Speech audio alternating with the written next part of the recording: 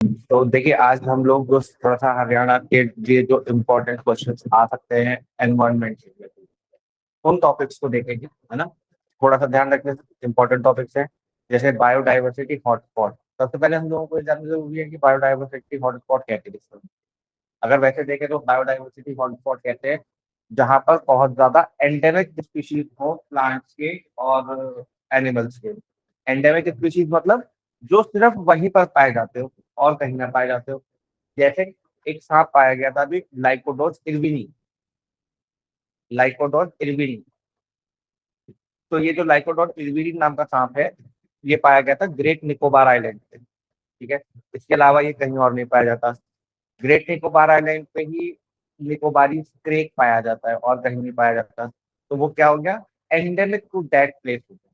ठीक है।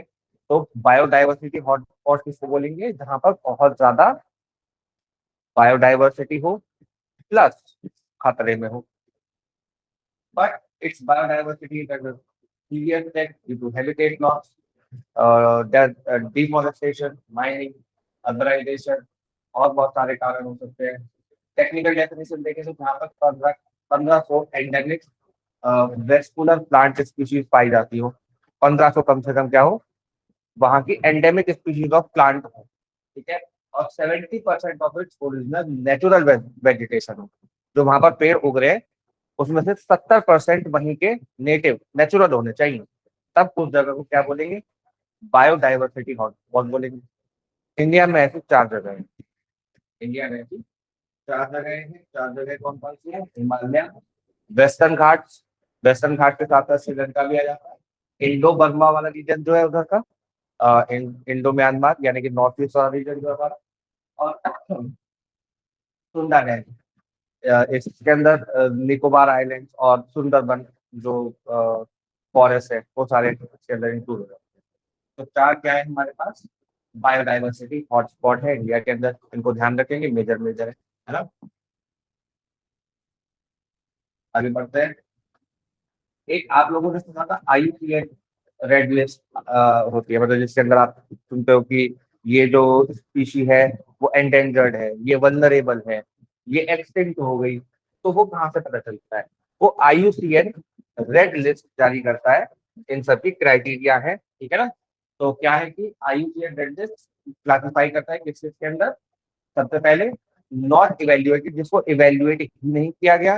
Data insufficient है जिसका, डेटा डेफिशिएंट की कैटेगरी में आ जाएगा। उसके बाद जिसकी पॉपुलेशन अच्छी खासी है उसको बोलेंगे लीस्ट कंसर्न, LC। और जो थोड़ा सा खतरे में है, नियर थ्रेटेड, फिर vulnerable, endangered, critically endangered, extinct इन वाइल्ड यानी कि सिर्फ कैप्टिविटी में बचा है, और एक्सटिंक्ट। जैसे इंडियन बस्टर्ड है। इंडियन बस्टर्ड आपसे पूछा जा सकता है, राजस्थान के अंदर इंडियन बस्टर्ड नाम की एक चिड़िया पाई जाती है, पक्षी पाया जाता है, चिड़िया तो पक्षी है ना। इंडियन बस्टर्ड क्या है कि वो नियर एक्सटिंक्ट है, मतलब क्रिटिकली एंडेंजर्ड कैटेगरी में आती है वो। ठीक है। और कैप्टिविटी में ठीक ठाक क्वांटिटी में है, और वाइल्ड के अंदर अब बहुत ही कम बची है। तो क्रिटिकली एंडेंजर्ड है वो। ठीक है, याद रखेंगे उसका नाम भी। आगे बढ़ते हैं। इसके अलावा प्रोटेक्टेड एरियाज कौन कौन से होते हैं इंडिया के अंदर, जैसे सबसे पहले हम देखेंगे नेशनल पार्क्स, है ना। नेशनल पार्क सबसे ज्यादा प्रोटेक्टेड एरियाज जो है इंडिया के अंदर। यहाँ पर ह्यूमन एक्टिविटीज हाईली रेस्ट्रिक्टेड होती है। गेजिंग अलाउड नहीं होती है, प्राइवेट लैंड कोई नहीं ले सकता है, सेटलमेंट नहीं कर सकता है। Boundary can not be easily alter, boundary से ऑल्टर इजीली नहीं की जा सकती। जैसे जिम कॉर्बेट नेशनल पार्क है, काजीरंगा है, सुल्तानपुर है नेशनल पार्क। ठीक है। इसके अलावा वाइल्ड लाइफ सेंचुरीज होती है जहाँ पर प्रोटेक्शन दी गई है किसको, एनिमल्स, एनिमल्स के हैबिटेट को प्रोटेक्शन दी गई है। ठीक है। इसके अलावा बायोस्फीयर रिजर्व, बायोस्फीयर रिजर्व में कोर जोन होता है, बफर जोन होता है और ट्रांजिशन जोन होता है। कोर जोन स्ट्रिक्टली, जैसे मान लीजिए नीलगिरी, नीलगिरी बायोस्फीयर रिजर्व है ना। या फिर हम देखें वेस्टर्न घाट्स का बायोस्फीयर रिजर्व है। तो वेस्टर्न घाट्स जो है उसका जो कोर एरिया है वहां पर कोई एक्टिविटी नहीं होगी।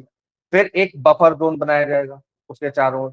बफर जोन में केवल रिसर्च, एजुकेशन के पर्पज से और लिमिटेड एक्टिविटीज, कंट्रोल्ड एक्टिविटीज होंगी।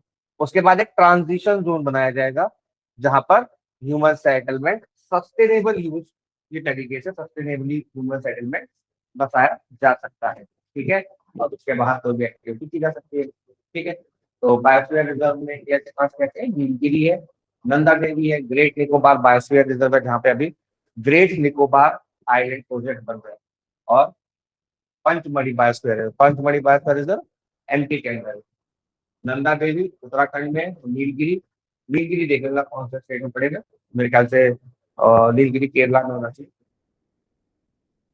कंजर्वेशन रिजर्व होते हैं, और इसके अलावा कम्युनिटी सर्विसेज टाइगर रिजर्व है, टाइगर रिजर्व के अलावा एलिफेंट रिजर्व भी है इंडिया के अंदर, तो इसके बारे में भी आगे आएगा, तो उसमें हम लोग देख लेंगे जब हम लोग देखेंगे प्रोजेक्ट टाइगर और प्रोजेक्ट एलिफेंट जो है, जब हम उसको देखेंगे तो उसके साथ ही इनको देख लेंगे। नेशनल पार्क और वाइल्ड लाइफ सेंचुरी के लिए कह रहे थे आप देख लीजिए हल्का सा, है ना? हरियाणा के, क्योंकि हमारा पेपर हरियाणा का है, तो हरियाणा के हम लोग स्पेशली याद करके जरूर जाएंगे। क्या क्या है हरियाणा के अंदर? दो अ, दो नेशनल पार्क है, तो सुल्तानपुर नेशनल पार्क है गुड़गांव में, और एक कालेसर नेशनल पार्क है यमुनानगर में। ठीक है, केवल दो नेशनल पार्क है, इन दोनों नेशनल पार्क को अच्छे से याद रखेंगे। सुल्तानपुर जो है नेशनल पार्क होने के साथ साथ रामसर साइट भी है, गुड़गांव के अंदर है। रामसर साइट क्या होता है तो बताएगा मेरे को पूजा जी, रामसर साइट?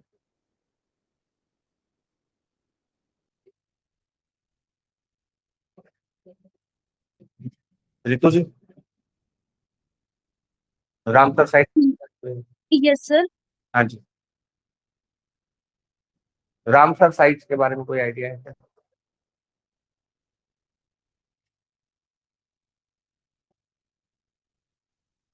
जी रितु जी। इसे इंटरनेशनल वो दिया गया है। क्या? चलो ठीक है, कोई बात नहीं, अगर नहीं पता है तो कोई बात नहीं, बोल दो, क्यों कोई घबराने नहीं, है ना? यहाँ थोड़ी ना नंबर कटेंगे, ध्यान रहे, है ना? तो माइग्रेटरी बर्ड्स यहाँ पर आती हैं, अभी रामसर साइट्स के बारे में आगे हम लोग डिस्कस करेंगे, चिंता मत करो। Associated Asian flyway, central Asian flyway क्या है कि साइबेरिया से बहुत सारी बर्ड्स उड़ के, साइबेरिया यानी रशिया से बहुत सारी बर्ड्स उड़ के हर साल इंडिया में आती हैं, और इंडिया से फिर उड़ के वापस रशिया जाती है। ठीक है, ऐसा क्यों करते हैं वो? क्योंकि जब मौसम बदल रहा होता है, जब सर्दियां पड़ती है, तो उधर ऊपर वाला एरिया जो है, साइबेरिया वाला एरिया जो है, वो पूरा जम जाता है बर्फ से, तो वो इंडिया में आ जाते हैं पूरे इतने हजारों किलोमीटर का सफर तय करके। तो एशिया, ये इसको बोलते हैं सेंट्रल एशियन फ्लाईवे, क्योंकि पूरा सेंट्रल एशिया पार करके आते हैं लोग। ठीक है, तो best season winter migration season होता है, सब मैंने आपको बता ही दिया। एक है कालेसर नेशनल पार्क, एक कहाँ पड़ता है? यमुनानगर, यमुनानगर में। ठीक है, शिवालिक के फुट हिल में पड़ता है, यानी कि जो शिवालिक रेंज है बिल्कुल उसके पीडमोंट फुट हिल में पड़ेगा। ठीक है, वाइल्ड लाइफ सेंचुरीज है कुछ, जैसे कालेसर नेशनल पार्क तो रही, कालेसर वाइल्ड लाइफ सेंचुरी भी है। बीर बीर शिकारगा, बीर शिकारगा वाइल्ड लाइफ सेंचुरी है पंचकुला में। उसके अलावा चिंचिला है कुरुक्षेत्र में। नाहर वाइल्ड लाइफ सेंचुरी है रेवाड़ी में, नाहरगढ़ है ना, नाहरगढ़ फोर्ट, तो Nahar wild life century Rewari. इसके अलावा आबू बशर, अबू बशर और बिंदवासा, अबू बशर और, अच्छा अबू बशर सिरसा में है, बिंदवासा और खपरवास ये झज्जर है। इसके अलावा खोज भी Ratan wild life sanctuary Panchkula, Panchkula में दो है, झज्जर में दो है, एक सिरसा, एक रेवाड़ी और एक यमुनानगर, यमुनानगर तो वही हो गई कालेसर, है ना? उसके अलावा ये याद करके जाना, क्योंकि ये बहुत इंपॉर्टेंट है, हरियाणा का पेपर मिलते हैं तो ये चीज हम लोगों को पता होनी चाहिए। ठीक है, बिलवासा को देख लेते हैं, झज्जर के अंदर पड़ती है, हरियाणा की लार्जेस्ट वेटलैंड है, और रामसर साइट में कौन सी है लार्जेस्ट पूछे तो बिलवासा है। ठीक है, बिलवासा। ठीक है, इसके अलावा थारपावास झज्जर में है, बर्ड हैबिटेट है, कालेसर वाइल्ड लाइफ सेंचुरी के साथ साथ नेशनल वो भी है, फॉरेस्ट भी है ना? अबू बशर वाइल्ड लाइफ सेंचुरी सिरसा में। ठीक है, इतना सा याद रखेंगे लोग। ये चार तो याद रखेंगे, बाकी सारे याद होना, ये चार जरूर याद रखेंगे, एक दो तीन और ये चार। ठीक है, बिलवास और अल्पावास और कालेसर और अबू बशर। ठीक है,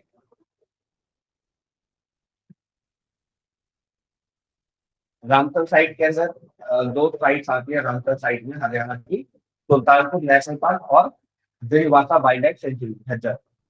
तो ये दोनों की याद रखना कि रामसर साइट्स कौन कौन सी है। हरियाणा का स्टेट सिंबल पीपल है, फ्लावर, स्टेट लोटस है। स्टेट एनिमल याद रखना ब्लैक बकेट, स्टेट एनिमल कई बार पूछ लेते हैं एग्जाम के अंदर।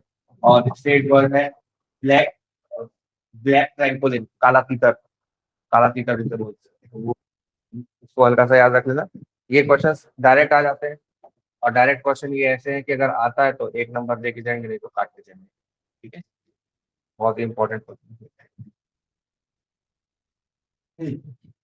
अब देखो हरियाणा के अंदर एक बहुत ही बड़ा एनवायरमेंटल इशू है। क्या इशू है कि हम लोग वहां पर क्या करते हैं, stubble burning करते हैं। stubble burning यानी कि जो पराली बचती है, जब हम खेत में से धान काट लेते हैं तो उसका जो थोड़ा सा क्रॉप बच जाता है तो बोलते हैं पराली। अब उसको निकालना बड़ा ट्रबल सम काम है, क्योंकि वो टाइम टेकिंग है, लेबर इंटेंसिव है, लेबर मिलती नहीं है उस टाइम पे। प्लस क्रॉप साइकिल अगर ऐसा हो गया, क्रॉप साइकिल थोड़ा सा चेंज होते होते, क्योंकि अवेलेबिलिटी ऑफ वाटर के हिसाब से क्रॉप साइकिल थोड़ा सा चेंज होता रहता है। अब क्रॉप साइकिल ऐसे चेंज हो गया है कि सोइंग सीजन और कल्टीवेशन सीजन, हार्वेस्ट सीजन और सोइंग सीजन के बीच में गैप कम बचा है। तो वो गैप कम होने की वजह से क्या करते हैं, जल्दी उनको खेत खाली चाहिए। अब खेत खाली चाहिए तो वो क्या करते हैं, आग लगा देते हैं उसमें। उसको आग लगाने से कई सारी समस्याएं, जिसको बोलते हैं सडन बर्निंग। क्या समस्याएं होती है, एक तो वहां के माइक्रो न्यूट्रिएंट्स जो है वो मर जाते हैं, और उसके अलावा जो माइक्रो ऑर्गेनिजम्स है मिट्टी के अंदर वो मर जाते हैं। प्लस सॉइल की जो वाटर होल्डिंग कैपेसिटी है, जो मॉइस्चर है, वो भी खत्म हो जाता है।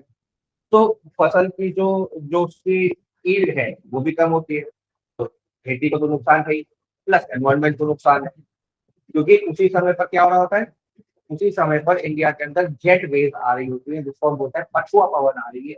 और वो पछुआ पवन ठंड लेकर आती है, और जब हवा ठंडी होती है तो वो नीचे बैठ जाती है, और ये पूरा का पूरा जो एरिया है हमारा, western UP, NCR, Delhi, Haryana, Rajasthan वाला, जो अरावली के इधर है, सतपुड़ा के ऊपर है और हिमालय के नीचे है।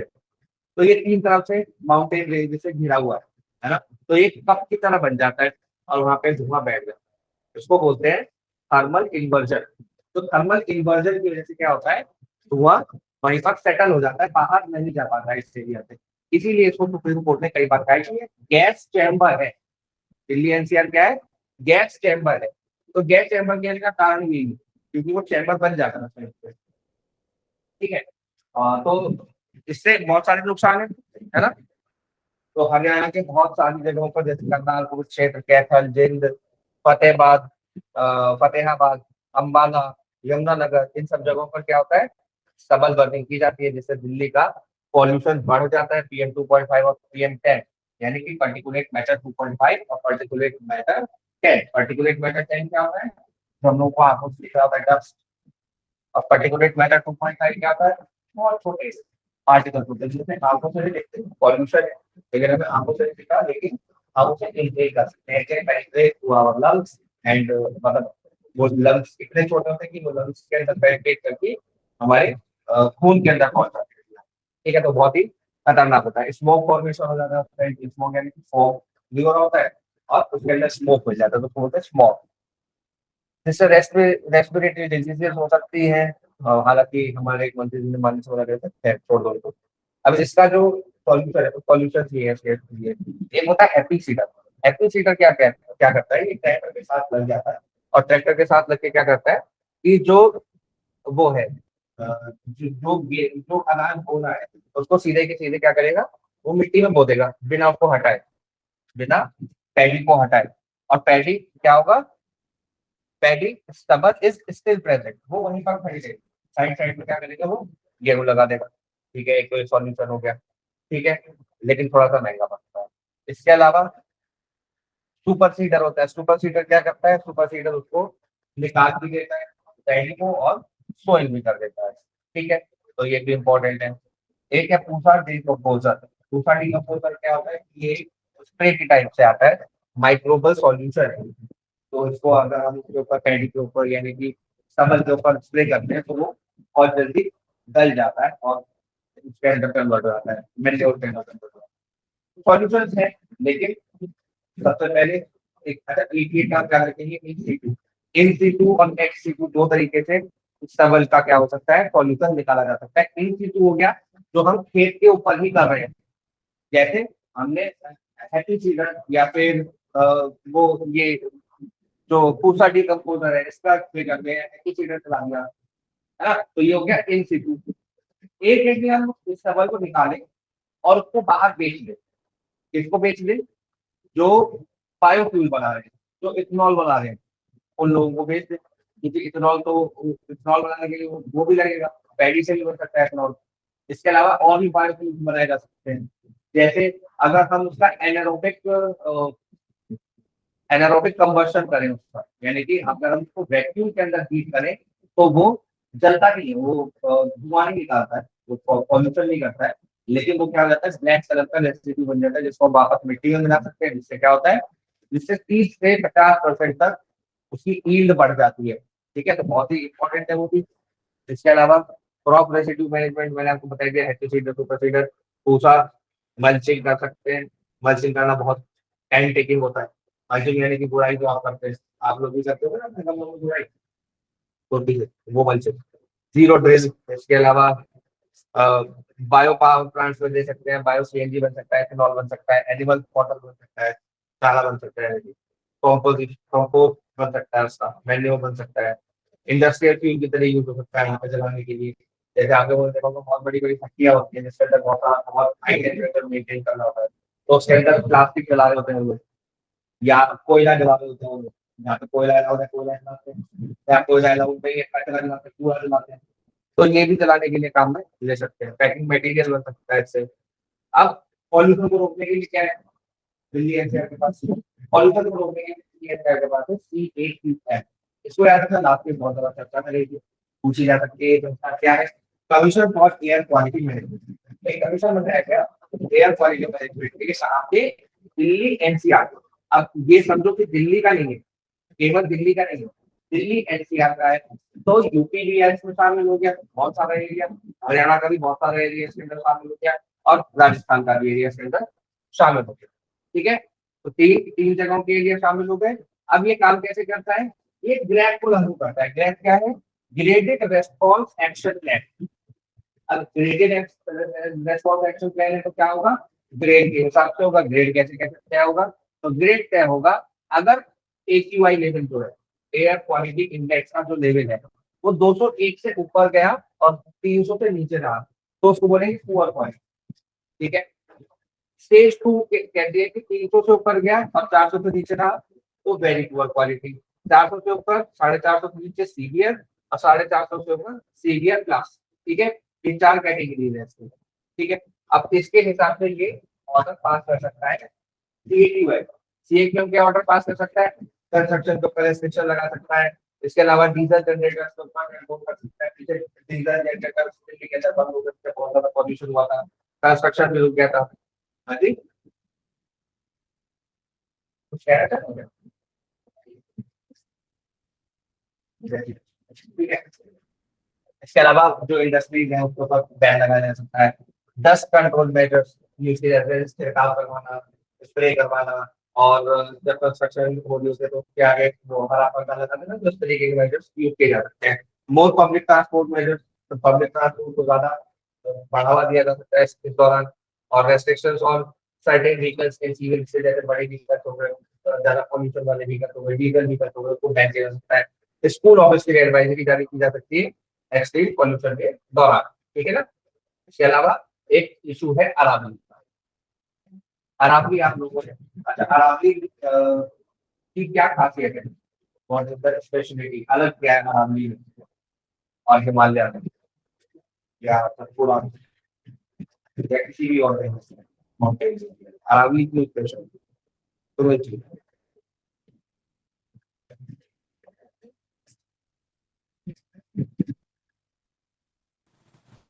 बिल्कुल उधर अरावली के यस बारे सर। सर ये सबसे मतलब पुराना वो है इसलिए। और सर ये हरियाणा गुजरात, सर सॉरी हरियाणा और सर राजस्थान गुजरात दिल्ली, इन सब को भी कवर करता है इसलिए। देखो सबसे पुराना माउंटेन रेंज तो है residual yes sir. Type of mountain range है, रेजिडुअल यानी कि बचा कुचा। तो residual type of mountain range है क्योंकि बहुत सारा घिस चुका है इतने लाखों सालों से, हवा से, पानी से, बारिश से, इन सब चीजों से क्या होता है, पहाड़ घिसते रहते हैं। ठीक है, तो पहाड़ घिसते घिसते क्या हो गया, अब वो रेजिडुअल माउंटेन, बचा कुचा माउंटेन है। ठीक है, तो वो रेजिडुअल माउंटेन है। इसके अलावा आपने जो उसकी जोग्राफिकल लोकेशन एकदम सही बताई कि राजस्थान, हरियाणा, दिल्ली में भी कुछ पार्ट उसका आता है, गुजरात में कुछ पार्ट उसका आता है। ठीक है, मेनली राजस्थान हरियाणा में उसका एरिया पड़ता है। ठीक है, तो एक इकोलॉजिकल वॉल की तरह काम करता है कि जब आप देखेंगे इसको अरावली रेंज को, तो अरावली रेंज का जो ईस्टर्न साइड है यानी सीवर्ड साइड है, यानी कि समुद्र की तरफ जो साइड है, इधर तो बारिश होती है और हरा भरा है। लेकिन जैसे ही आप अरावली रेंज को पार करेंगे तो उधर कैसा है, उधर लीवर्ड साइड है, वहां पे बारिश कम होती है और वहां पर सूखा है, कटीले वृक्ष वृक्ष मिलते हैं, मरुस्थल है, डेजर्ट है। तो उस डेजर्टिफिकेशन को, उस डेजर्ट के फैलने को रोकता है अरावली।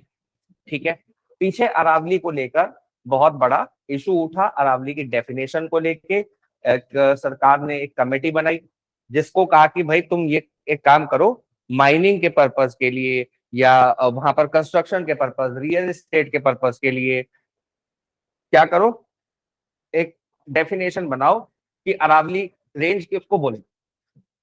तो उन्होंने डेफिनेशन बनाई कि जिसकी हाइट 100 मीटर से कम है उसको अरावली रेंज में नहीं मानेंगे, और अगर दो रेंजेस के बीच में 500 मीटर का फासला है तो उसको भी अरावली रेंज नहीं मानेंगे।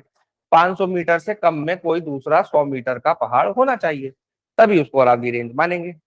इस डेफिनेशन के हिसाब से अरावली का मोस्ट ऑफ द एरिया क्या हो जाता, माइनिंग को, ट्री कटिंग, वहां पर रियल एस्टेट बनता, स्पोर्ट्स, एडवेंचर स्पोर्ट्स के लिए वो खुलते, लोग जाते तो वहां पर टूरिज्म बढ़ता। ये बात ठीक है, लेकिन इकोलॉजिकल नुकसान इससे बहुत बड़ा होता है क्योंकि अरावली ग्राउंड वाटर रिचार्ज करने में भी बहुत बड़ा रोल अदा करती है, डेजर्टिफिकेशन को रोकने में भी बहुत बड़ा रोल अदा करती है, मानसून के अंदर भी बहुत बड़ा रोल अदा करती है ना, इंपॉर्टेंट।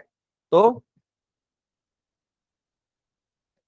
इसको सुप्रीम कोर्ट ने क्या किया, सुप्रीम कोर्ट ने इस डेफिनेशन को पहले तो मान लिया, उसके बाद फिर बहुत ज्यादा प्रोटेस्ट किया लोगों ने, तो दिसंबर 2025 में सुप्रीम कोर्ट ने कहा कि ये डेफिनेशन अपन नहीं मानेंगे। फिर कंचन देवी जो डीजी हैं आईसीएफआरई यानी कि council of forestry research and education की जो डीजी है, डायरेक्टर जनरल है, उनकी अध्यक्षता में एक कमेटी बनाई गई और ये कहा गया कि अरावली की डेफिनेशन को आप बताओ क्या होनी चाहिए, अरावली की डेफिनेशन। और एक डायरेक्शन दिया है कि management plan for sustainable mining वहां पर बनना चाहिए। क्या बनना चाहिए, MPSM, management plan for sustainable mining. अब ये सस्टेनेबल माइनिंग क्या होता है मुझे नहीं पता। रामसर साइट, रामसर साइट कहाँ से आता है, रामसर साइट हम लोगों ने कई बार सुना हुआ है, समझ में नहीं आता रामसर साइट क्या है। रामसर साइट, रामसर एक जगह है ईरान के अंदर, वहां पर 1971 में एक कन्वेंशन हुआ जिसको बोलते हैं रामसर कन्वेंशन। उस कन्वेंशन के अंदर वेट लैंड जो होती है, जैसे मार्श लैंड हो गया, फ्लड प्लेन्स हो गए, और बहुत सारी लेक्स इसके अंदर आती है जहां पे परमानेंटली वाटर तो नहीं रहता लेकिन मोस्ट ऑफ द टाइम वहां पर वाटर होता है, पानी होता है। तो ऐसी जगहों को क्या बोलेंगे, वेट लैंड बोलेंगे, जो ना पूरी तरह जमीन है और ना पूरी तरह वाटर बॉडी है ना। फ्लड प्लेन में आधे टाइम पानी रहता है, आधे टाइम वो जमीन रहती है, क्योंकि वो इकोलॉजिकल पॉइंट ऑफ व्यू से बहुत ज्यादा इंपॉर्टेंट है। इसलिए क्या हुआ, 1971 में साइन किया गया और 1975 में क्या हुआ, रामसर कन्वेंशन फोर्स में आ जाता है। 1982 में इंडिया इसका सिग्नेटरी बन जाता है और इंडिया के अंदर इस टाइम पे 100 रामसर साइट्स हो चुकी है, 100 रामसर साइट्स पूरी हो चुकी हैं। जो लेटेस्ट रामसर साइट है उसका नाम है जयप्रकाश नारायण बर्ड सेंचुरी, उसको सुरहा ताल भी बोलते हैं, बलिया उत्तर प्रदेश में पड़ती है। ठीक है, पहली रामसर साइट थी चिल्का लेक और Keoladeo national park. Keoladeo national park कहाँ पड़ता है, राजस्थान के अंदर पड़ता है। इसको पहले भरतपुर बर्ड सेंचुरी कहते थे, इसका नया नाम है केवलादेव बर्ड सेंचुरी। ठीक है, इसके अलावा वर्ल्ड वेटलैंड डे 2 फरवरी को होता है, याद रखेंगे। मॉन्ट्रेक्स रिकॉर्ड एक होता है। मॉन्ट्रेक्स रिकॉर्ड क्या होता है? रामसर साइट्स जो हैं वो अगर कोई खतरे में आ जाती है, रामसर साइट जहां पर इकोलॉजिकल डिग्रेडेशन होना शुरू हो जाता है, तो ऐसी साइट्स को मॉन्ट्रेक्स रिकॉर्ड में डाल देते हैं।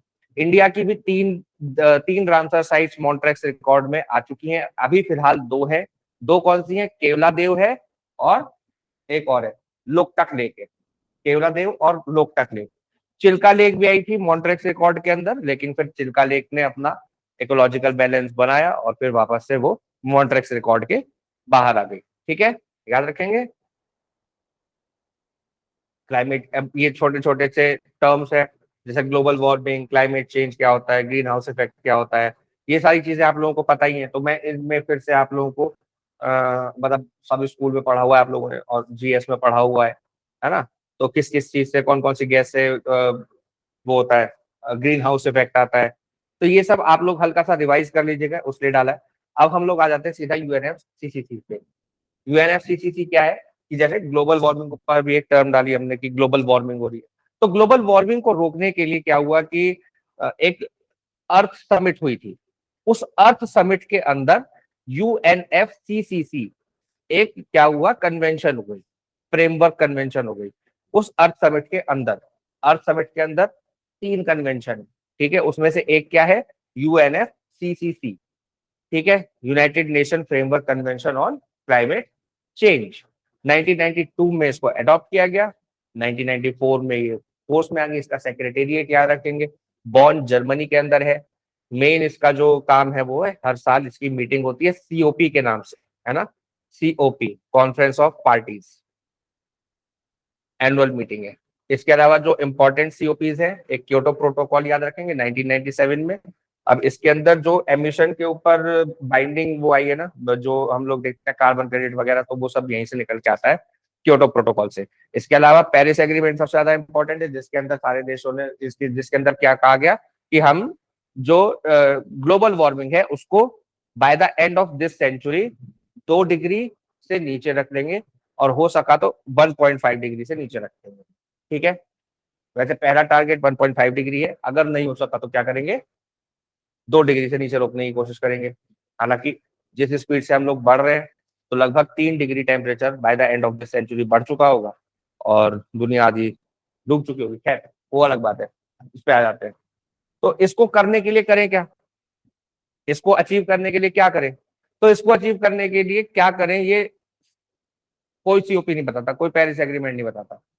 कहता है कि तुम खुद बता दो क्या करोगे, हर एक देश खुद बता दे क्या करेगा।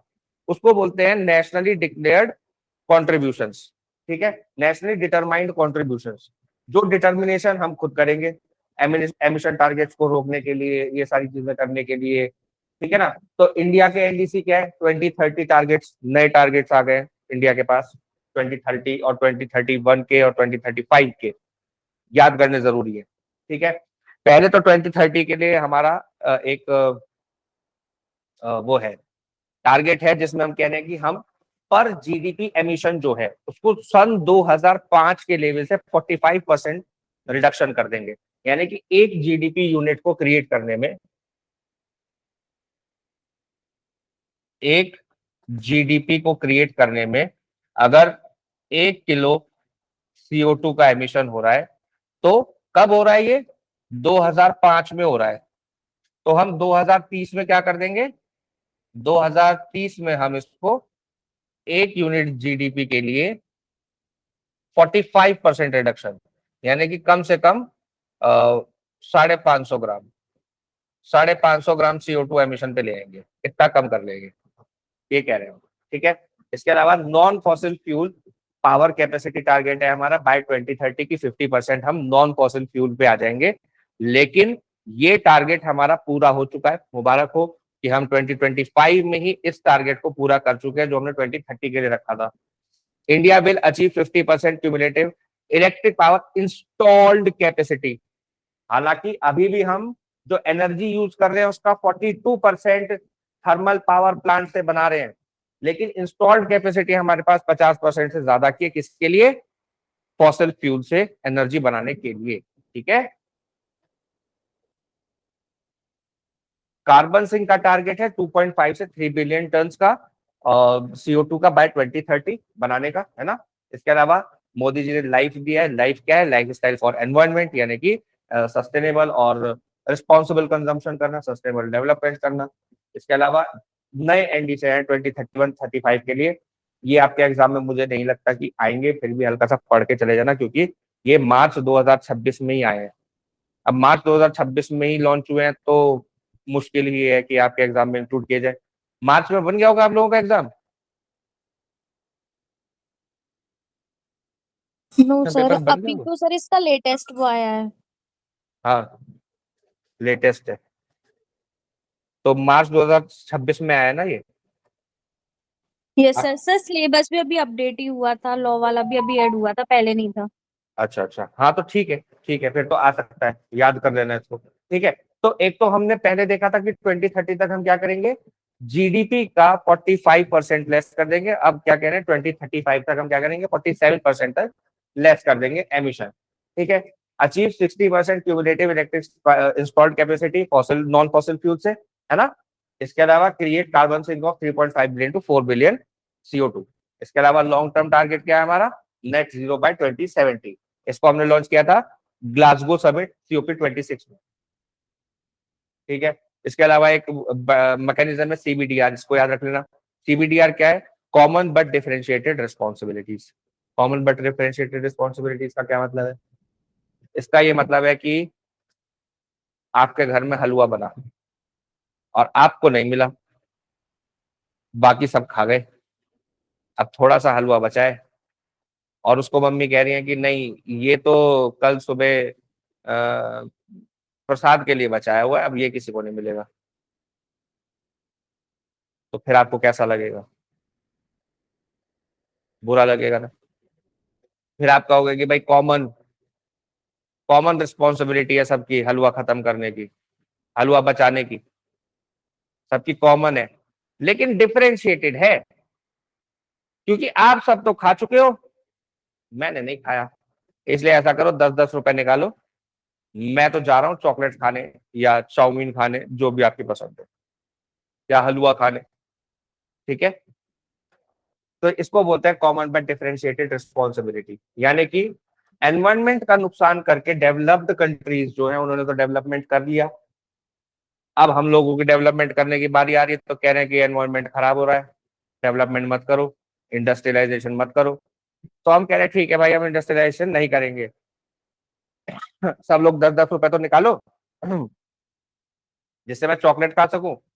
तो वो 10-10 रुपए करके अभी कितना है, $300 बिलियन हम उनसे मांगते हैं डेवलप्ड कंट्रीज से, कि हमको $300 बिलियन दो, ताकि हम अपने डेवलपमेंट कर सके, टेक्नोलॉजी को इंटीग्रेट कर सके, साथ में टेक्नोलॉजी भी ट्रांसफर करो, ताकि उस टेक्नोलॉजी को डेवलपमेंट करने में जो कार्बन एमिशन हमारा होगा, वो कार्बन एमिशन ना हो। तो ये मैकेनिज्म है CBDR का, इसको याद रखिएगा। ठीक है, इसके अलावा सस्टेनेबल डेवलपमेंट का प्रिंसिपल आप लोगों को पता ही है कि development that meets present needs without compromising needs of the future generation, उसको बोलेंगे सस्टेनेबल। पॉल्यूटर पे प्रिंसिपल में आप लोगों को क्या ही बताऊं, आप लोग लॉ के स्टूडेंट्स हैं, तो थॉट्स के अंदर आप लोगों ने polluter pay principle, precautionary principle, public trust doctrine, ये सब पढ़ाई होगा, है ना, या बताना पड़ेगा। कोई भी अगर ना पता हो ना, तो ऐसे कोई बात नहीं है, सब लोग LLB में सब कुछ नहीं पढ़ लेते हैं, पूछ लेना। ठीक है ना। इंटर जनरेशनल इक्विटी क्या होती है, कि फ्यूचर जनरेशन के लिए हम लोग कितना प्रिजर्व करके जाएंगे एनवायरमेंट को। ठीक है, चलो आगे बढ़ते हैं। इसके अलावा मॉन्ट्रियल प्रोटोकॉल याद रखना, ये ओजोन लेयर डिप्लीशन जब होने लग रहा था, तब उस समय मॉन्ट्रियल प्रोटोकॉल किया गया था, जो कि सक्सेसफुल रहा। इसके अलावा वियना कन्वेंशन याद रख लेना, ये भी ओजोन लेयर के लिए है। बेसल कन्वेंशन, ये हैजार्डस वेस्ट के लिए है। और रोटेनडेम कन्वेंशन केमिकल्स पेस्टिसाइड्स के लिए। स्टॉकहोम इंपॉर्टेंट है, स्टॉकहोम किस लिए, परसिस्टेंट ऑर्गेनिक पॉल्यूटेंट्स, POPs के लिए, परसिस्टेंट ऑर्गेनिक पॉल्यूटेंट्स जो है, जैसे डाइऑक्सिन्स, फ्यूरेंस, DDTs, ये सब हो गए, है ना। उसके अलावा बॉर्न कन्वेंशन माइग्रेटरी स्पीशीज के लिए, ये भी याद कर लेना हल्का सा। ठीक है, और उसके अलावा UNEP United Nation Environment Programme. अब देख रहे हैं क्या देख रहे हैं, ऑर्गेनाइजेशंस कौन कौन से हैं जो एनवायरमेंट के लिए काम कर रही हैं। तो UNEP है, यूनाइटेड नेशन एनवायरमेंट प्रोग्राम, आप लोगों को साथ में हमने उस दिन भी डिस्कस किया था कि इसका हेडक्वार्टर, एक लौता UN का हेडक्वार्टर है जो डेवलपिंग कंट्री कहां पर है? कीनिया के अंदर है, ठीक है, नैरोबी में। IUCN international union for conservation of nature, IUCN red list जो अभी हमने डिस्कस की थी उसका फुल फॉर्म है। WWF world wide fund for nature, IPCC इसका फुल फॉर्म लास्ट ईयर पूछ लिया था यूपीएपीओ में, लास्ट जो यूपीएपी हुआ था उसके अंदर आया था, inter governmental panel on climate change, ठीक है। FAO हम लोग डिस्कस कर चुके हैं, आगे बढ़ते हैं। CPCB central pollution control board, NGT national green tribunal. आगे आ जाओ, स्कीम्स देख लो, ये इंपॉर्टेंट है।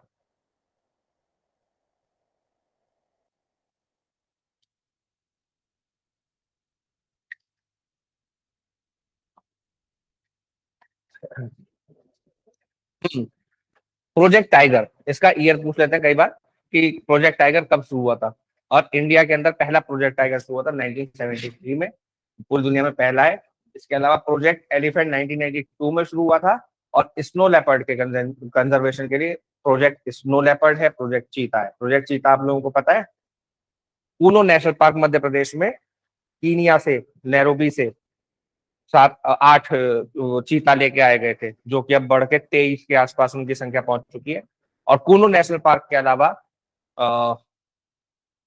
एक और जगह उसको शिफ्ट किया गया है, ठीक है, उसका नाम याद नहीं आ रहा, अभी बता दूंगा। नेशनल क्लीन एयर प्रोग्राम है, NCAP, है ना। इसके अलावा ग्रीन इंडिया मिशन है। NCAP क्या करता है? एयर पॉल्यूशन को कम करने के लिए काम करते हैं। इसके अंदर आता है CPCB और ministry of environment, climate, environment, forest and climate change, ठीक है। ग्रीन इंडिया मिशन है, ये national action plan on green climate जो है उसके ऊपर काम करने के लिए बनाया गया ग्रीन इंडिया मिशन। एक ये कैंपा का फुल फॉर्म याद रख लेना, compensatory afforestation fund management and training authority है, जो कि एफॉरेस्टेशन करने के लिए क्या देती है? कंपनसेशन देती है। अगर कहीं पर डिफॉरेस्टेशन किया गया है तो उसके लिए कंपनसेशन लेगी और फिर कंपनसेट करेगी और उसको आगे बढ़ाएगी। इसके अलावा नमामि गंगे प्रोजेक्ट आप लोगों को पता ही है, हल्का सा रिवाइज कर लेना। अमृत धरोहर, अमृत धरोहर किस लिए? वेटलैंड कंजर्वेशन के लिए, जो हमने रामसर साइट के अंदर बात की, उसी के लिए इंडिया का जो प्रोग्राम है उसका नाम है अमृत धरोहर, क्योंकि वेटलैंड क्या है हमारी? अमृत धरोहर है, वहीं से सारा अमृत बहता है, ठीक है। इसके अलावा मिष्टी, ये बहुत इंपॉर्टेंट है। मिष्टी क्या है? मैनग्रोव्स को बचाने के लिए, mangrove initiative for shoreline habitat and tangible incomes. आप लोगों ने कई बार मूवीज में वो देखा होगा कि नरीमन पॉइंट, जहां पर बहुत सारे हीरो खड़े रहते हैं, मतलब वहां पे शूटिंग होती है बहुत सारी, और समुद्र के अंदर बहुत बड़े बड़े पत्थर पड़े रहते हैं, ऐसे ट्रायंगल ट्रायंगल से, देखा आप लोगों ने? 3 कोने यस वाले सर। पत्थर से पड़े रहते, क्यों पड़े रहते हैं वो? टाइड्स को रोकने के लिए, हाई टाइड्स को रोकने के लिए, बहुत तेज अगर बहाव आ रहा है पानी का उसको रोकने के लिए, उसको कम करने के लिए। लेकिन अभी एक रिपोर्ट आई है जिसमें ये कहा गया है कि उनसे ज्यादा बेहतर काम मैंग्रोव्स करते हैं। मैंग्रोव्स क्या होता है? जैसे हमारे इंडिया के अंदर दुनिया का सबसे बड़ा मैंग्रोव फॉरेस्ट है सुंदरबंस, है ना। सुंदरबंस कहां पर है? बंगाल में, ठीक है। और कहां पर बना हुआ है? गंगा के डेल्टा पे बना हुआ है वो, ठीक है। तो ये याद रखेंगे। मिष्टी उसके लिए, मिष्टी उसके लिए क्या है? प्रोग्राम है सरकार का, mangrove initiative for shoreline habitats and tangible incomes. वहां से टेंजिबल इनकम्स भी होती है, बहुत सारे लोग उसी जंगल पे निर्भर करते हैं, मैंग्रोव फॉरेस्ट जो उसके ऊपर निर्भर करते हैं, वहां से जो फॉरेस्ट रिसोर्सेज मिलती है उससे वो अपना जीवन यापन करते हैं, ठीक है ना। लाइफ मिशन आप लोगों को हमने डिस्कस कर ही दिया। National green hydrogen mission, national green hydrogen mission क्या है? कि हम लोग ग्रीन हाइड्रोजन का प्रोडक्शन ज्यादा से ज्यादा बढ़ाएं। अब आप लोग मुझे ये बताओ कि ग्रीन हाइड्रोजन क्या होता है, या हाइड्रोजन कैसे बनती है? कोई आइडिया किसी को?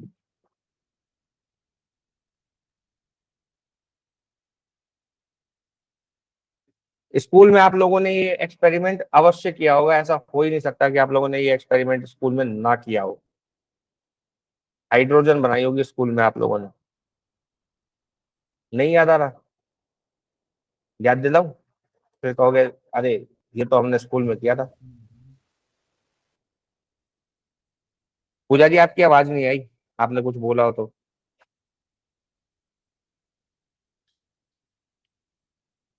चलो ठीक है, बताते देखो। आप लोगों ने स्कूल में एक एक्सपेरिमेंट किया होगा जिसके अंदर ऐसे टीचर एक बीकर देता है, उसके अंदर पानी भर देता है और फिर कहता है कि इसके अंदर एक मेटल स्ट्रिप इधर डालो, एक मेटल स्ट्रिप इधर डालो। एक होती है कैथोड, एक होती है एनोड। इसको 5 वोल्ट की बैटरी से कनेक्ट करवा देते हैं वो, और जैसे ही कनेक्ट कराते हैं यहाँ पे बबल्स बनने शुरू हो जाते हैं। याद आया? याद आया किसी को एक्सपेरिमेंट जिसको केमिस्ट्री किताब में इलेक्ट्रोलाइसिस के नाम से दिया हुआ है?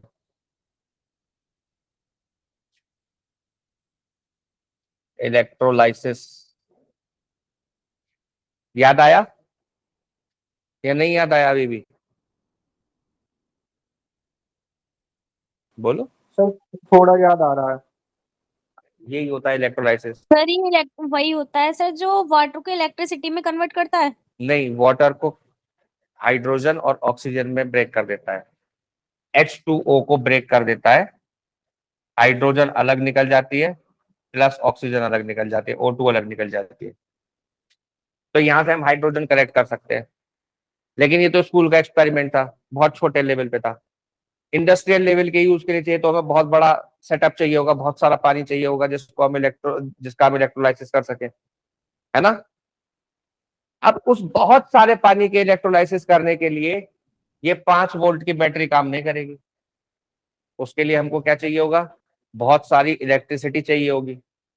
अब वो बहुत सारी इलेक्ट्रिसिटी कहां से आ रही है, इस पे निर्भर करता है कि वो हाइड्रोजन ग्रीन है या नहीं है। अगर जो वो इलेक्ट्रिसिटी थर्मल पावर प्लांट से आ रही है तो आपकी जो हाइड्रोजन है वो ग्रीन हाइड्रोजन नहीं है। लेकिन अगर सोलर पावर प्लांट से आ रही है, विंड मिल से आ रही है, हाइड्रो पावर प्लांट से आ रही है, न्यूक्लियर प्लांट से आ रही है, तो वो कैसी है? ग्रीन हाइड्रोजन है। फिर उसको हम बोलेंगे ग्रीन हाइड्रोजन, क्योंकि उसके उत्सर्जन में, उस हाइड्रोजन को बनाने में जो एनर्जी यूज हुई वो ग्रीन एनर्जी थी। ठीक है? अगर हम ग्रीन हाइड्रोजन बहुत अच्छे स्तर पे बनाते हैं तो हम इसको यूरोप को एक्सपोर्ट करना चाहते हैं और इंडिया के अंदर भी इसको यूज करना चाहते हैं अभी। ठीक है? एक अरावली ग्रीन वॉल प्रोजेक्ट याद रख लेना, 5 किलोमीटर का बफर जोन बनाया है जिसके अंदर कोई भी एक्टिविटी नहीं होगी। 700 किलोमीटर का रेंज है और great green wall of Africa से इंस्पायर होके ये बनाई जा रही है। तो ये कोई दीवार नहीं है, पेड़ों की दीवार है जिससे कि डेजर्टिफिकेशन को रोका जा सके। ठीक है? Afforestation, restoration of water bodies हो सके, नेटिव स्पीशीज और प्लांटेशन को बढ़ावा मिल सके, सॉइल का मॉइस्चर बढ़ाया जा सके, ग्रास लैंड को रिस्टोर किया जा सके, और बस यही सारी चीजें हैं। अब एक इंपॉर्टेंट क्वेश्चन आता है कई बार एग्जाम में कि अल नीनो क्या होता है, या अल नीनो का इफेक्ट इंडियन एग्रीकल्चर पे, इंडियन रूरल इकोनॉमी पे, इंडियन रूरल कंजम्पशन पे क्या होता है, या लानीना का क्या इफेक्ट होता है, या अल नीनो और लानीना क्या होता है, ये कई बार पूछ लेते हैं। ठीक है? इंपॉर्टेंट टॉपिक है, हल्का सा एक तरीके से टेक्निकल है, मतलब लिंक लिंक अगर बनाते चले जाओगे ना, जो मैं आप लोगों को बता रहा हूँ, अगर दिमाग में लिंक बनता चला जाएगा तो फिर कभी भी इस टॉपिक में दिक्कत नहीं आएगी। कहीं से कहीं तक कोई क्वेश्चन पूछ ले एग्जामिनर, आपका कोई भी क्वेश्चन गलत होने की संभावना कम हो जाएगी। ठीक है? कई चीजें ऐसी होती है जो अब इतनी अंदर से पूछ ले जो नहीं पता हमको, क्या ही कर सकते हैं।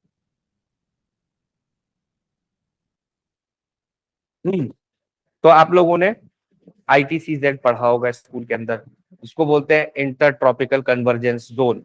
इंटर ट्रॉपिकल कन्वर्जेंस जोन, ये जो इक्वेटर वाली लाइन है, इसके 5 डिग्री ऊपर और 5 डिग्री नीचे बनता है। हालांकि गर्मी सर्दी के साथ ये ऊपर नीचे शिफ्ट होता रहता है। जब हमारे यहाँ गर्मी आती है तो ये ऊपर की तरफ शिफ्ट हो जाता है, और जब हमारे यहाँ सर्दी आती है तो ये नीचे की तरफ शिफ्ट हो जाता है। ठीक है? तो 10 डिग्री ऊपर नीचे होता रहता है, और जहां पर जमीन है, जहां पर पानी है, उस हिसाब से वो ऊपर नीचे हिलता रहता है। तो इसको बोलते हैं इंटर ट्रॉपिकल कन्वर्जेंस जोन। इस इंटर ट्रॉपिकल कन्वर्ज ये कैसा हो गया? क्योंकि यहाँ पर इक्वेटर पे सनलाइट डायरेक्ट पड़ती है तो गर्मी ज्यादा होती है, गर्मी ज्यादा होगी तो लो प्रेशर जोन बन जाएगा, लो प्रेशर जोन। और जब लो प्रेशर जोन बन जाएगा तो क्या होगा, हवा ऊपर की तरफ यानी कि एल्टीट्यूड में हाइट लेगी, ऊपर की तरफ बढ़ेगी, बादल बनाएगी, है ना। अब बादल बनाने के लिए ऊपर बढ़ेगी तो क्या होगा, जगह खाली हो जाएगी। यहां पर है 23.5 डिग्री नॉर्थ, जिसको बोलते हैं हम ट्रॉपिक ऑफ कैंसर, और नीचे है 23.5 डिग्री साउथ, जिसको हम बोलते हैं ट्रॉपिक ऑफ कैप्रिकॉर्न। ठीक है, यहां पर कैसा वो होगा प्रेशर बेल्ट, यहां पर हाई प्रेशर बेल्ट होगा, हाई प्रेशर। ठीक है, तो यहां से क्या होगा, विंड नीचे की तरफ बहेगी। जब विंड नीचे की तरफ बह रही होगी और अर्थ उधर की तरफ मूव कर रही होगी, तो ये विंड ऐसे टेढ़ी आएगी नीचे की तरफ। इसको क्या बोलते हैं, इसको बोलते हैं ट्रेड विंड।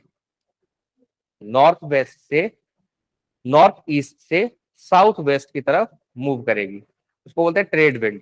ट्रेड विंड क्यों बोलते हैं, क्योंकि इस विंड से पुराने जमाने में इसी विंड के ऊपर शिप्स को चला के ट्रेड किया जाता था दुनिया भर के अंदर। अब इसका इफेक्ट पानी के ऊपर भी पड़ता है। ठीक है, नॉर्मली क्या होता है, नॉर्मली ये होता है कि ये जो हवा है ये यहां पर इस एरिया में हॉट वाटर को यानी कि वार्म वाटर को इकट्ठा कर देती है।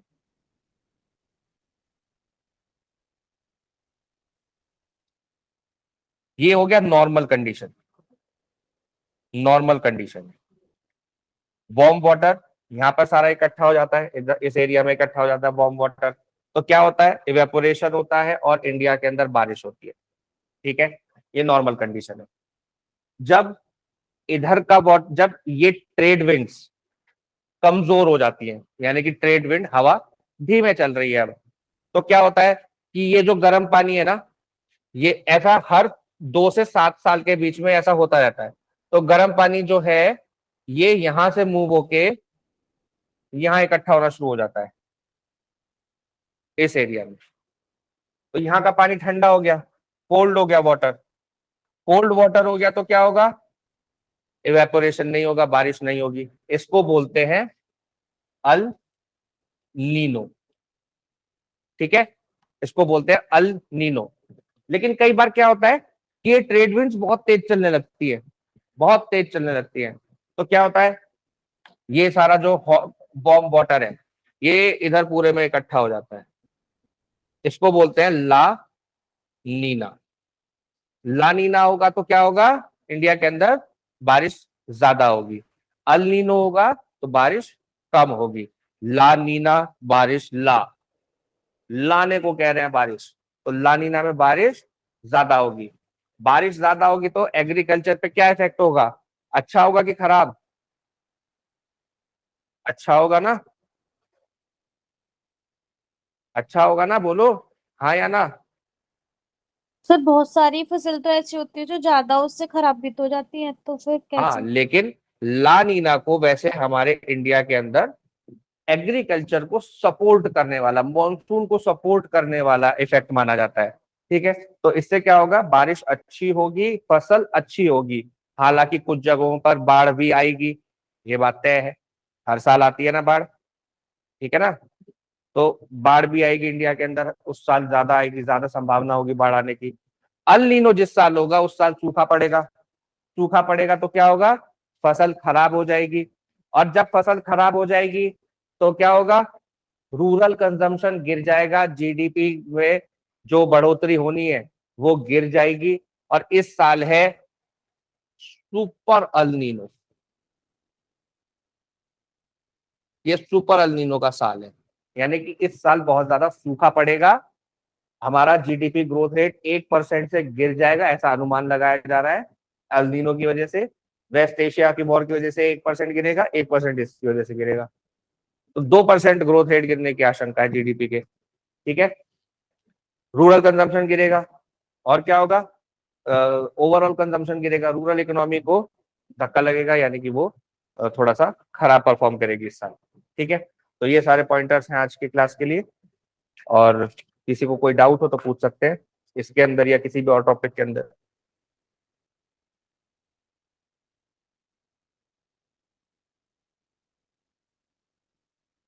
सर आप ये पीडीएफ तो सेंड करेंगे ना?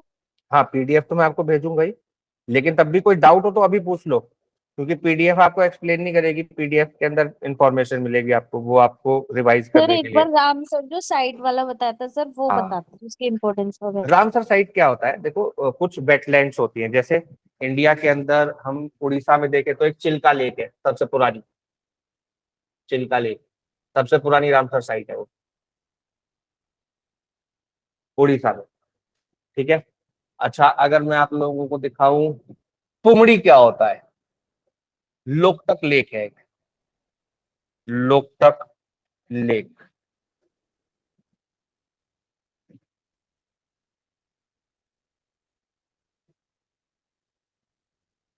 लोकटक लेक दुनिया का एकमात्र फ्लोटिंग नेशनल पार्क है। ये देखो, इसके अंदर ये लेक है और इसके अंदर ऐसे ऐसे ये नेचुरल फॉर्मेशन है, जो आपको गोल गोल और चौकोर चौकोर दिख रहे हैं ना, ये नेचुरल फॉर्मेशन है, किसी इंसान ने नहीं बनाया ये। इसको कुमड़ी बोला जाता है और दुनिया में केवल लोकटक लेक के अंदर पाए जाते हैं। तो ऐसे वेटलैंड्स जो ना लैंड है ना ही वाटर बॉडी है, उसको बोलते हैं वेटलैंड। तो उनके कंजर्वेशन के लिए 1971 में रामसर ईरान के अंदर ये कन्वेंशन हुई थी, जिसको बोलते हैं रामसर कन्वेंशन। अब रिकॉग्निशन देने के लिए किसी भी वेटलैंड को कि इंटरनेशनल इंपॉर्टेंस का है ये, तो इंटरनेशनल इंपॉर्टेंस का रिकॉग्निशन देने के लिए उसको बोला जाता है ये रामसर साइट है आज से। तो रामसर ऐसी इंडिया के अंदर 100 रामसर साइट है ना। और जो लेटेस्ट है उसका नाम याद रखेंगे, जयप्रकाश नारायण, बलिया के अंदर है, सुरहा ताल भी उसको बोला जाता है। और हरियाणा वाली एक बार रिवाइज करके जाएंगे प्लीज, है ना, कि हरियाणा के अंदर कौन कौन सी रामसर साइट्स है, कौन कौन से नेशनल पार्क है और कौन कौन से वाइल्ड लाइफ सेंचुरीज है। ठीक है, ये रामसर साइट और इम्पोर्टेंस क्या है इसकी, क्योंकि ये बायोडाइवर्सिटी को प्रिजर्व करते हैं, जो बायोडाइवर्सिटी यहाँ पर पाई जाती है ऐसी कहीं पाई नहीं जाती। और इसके अलावा हमारे एनवायरनमेंट के लिए बहुत अच्छे हैं, क्योंकि ये ऑक्सीजन बहुत ज्यादा, बहुत बड़ा कार्बन सिंक की तरह काम करते हैं। आप ये जो पानी है इसके अंदर बहुत सारे एल्गी होते हैं, वो एल्गी क्या करते हैं, कार्बन को एब्जॉर्ब करते हैं।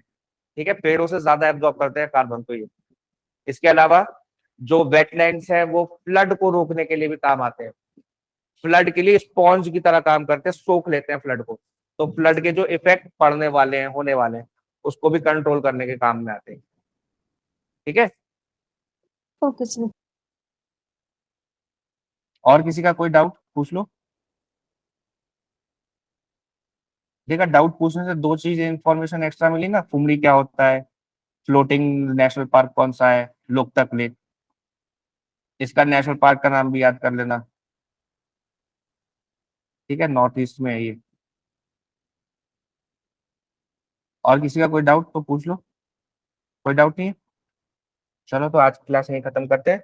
मैं आज, कल आप लोगों का असाइनमेंट मैंने नहीं भेजा था, क्योंकि वो असाइनमेंट पूरा नहीं बन पाया था। आज वो पूरा बन गया है और आज के क्वेश्चंस भी मैंने उसके अंदर इंक्लूड कर दिए। तो आज के क्वेश्चंस और कल के जो हमने डिस्कस किए थे वो सारे क्वेश्चंस एक ही पीडीएफ में आज आप लोगों को मिल जाएंगे।